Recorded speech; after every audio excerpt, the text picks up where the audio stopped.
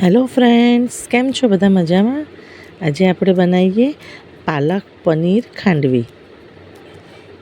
એના માટે આપણે પહેલાં પાલક લઈ લઈશું.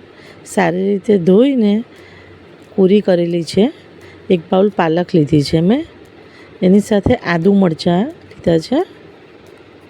હવે એમાં થોડું દહીં એડ કરીશું. આપણે અડધો બાઉલ દહીં લીધું છે. હવે આ મિક્સરને આપણે ક્રશ કરી લઈશું. હવે આપણે બેસન 1 બાઉલ બેસન લઈને એને ચારી લઈશું. ચારવાથી શું છે કે એના જે લમ્સ હોય કશું બી રહે ના અને બેટર આપણું એકદમ સ્મૂથ થાય ખાંડવીનું.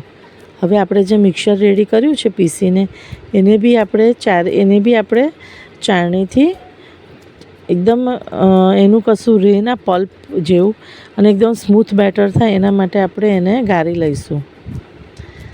હવે 1 બાઉલ બેસનની સામે મેં 3 બાઉલ લિક્વિડ લીધું છે. એટલે તમે અત્યારે મેં પાલકની પ્યુરી, દહીં ને પાણી મિક્સ કર્યું છે. એવી રીતે 3 બાઉલ કરીને મેં લીધા છે. એની સામે તમે જોઈ શકો છો કે આ કેટલો બધો પલ્પ નીકળી ગયો છે. આ કડવાથી બેટર આપણું એકદમ સ્મૂથ થાય છે અને આપણી ખાંડવી એકદમ સરસ રીતે સ્પ્રેડ થાય છે.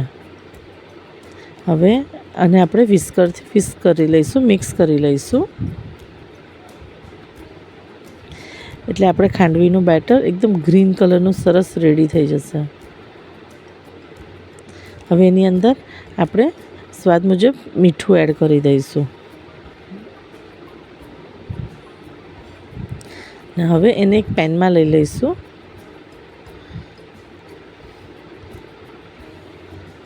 ને હવે એને થવા દઈશું. આપણે એને કોન્સ્ટન્ટ હલાવતા રહેવાનું છે.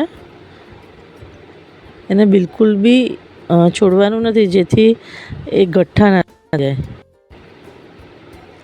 અને કોન્સ્ટન્ટ હલાવવાથી એક સરખું સ્મૂથ બેટર રેડી થશે. એ તમે જોઈ શકો છો કે થીક થવા માંડ્યું છે.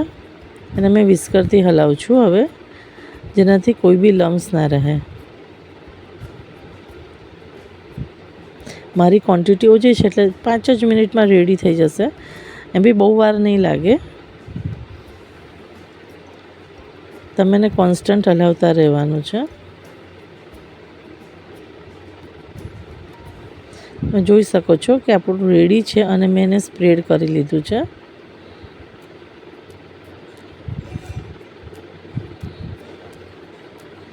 હવે આપણે એની ઉપર કટ લગાવી દઈશું અને એની ઉપર પનીરને છીણી લઈશું. કારણ કે આપણી રેસીપીનું નામ જ છે પાલક પનીર રેસીપી. આ ગરમીમાં કુલ ગ્રીન કલર રિફ્રેશિંગ લાગે છે અને એકદમ કૂલ લાગે છે. જોઈને જ ખાવાનું મન થઈ જાય છે. એકવાર ચોક્કસથી ટ્રાય કરજો આપ. હવે તમે જોઈ શકો છો કે બધા મેં પનીર છીણીને વાળીને રેડી કર્યું છે. હવે આપણે એની ઉપર વઘાર રેડીશું. મેં એક પેનમાં તેલ લીધું છે.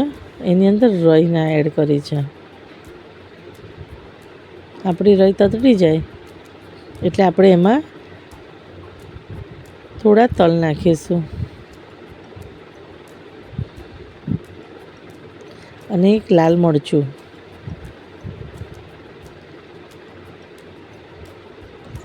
અને ઉપર થોડી હિંગ એડ કરી છે. હવે આ બધું રેડી છે. એની ઉપર કોપરું અને લીલા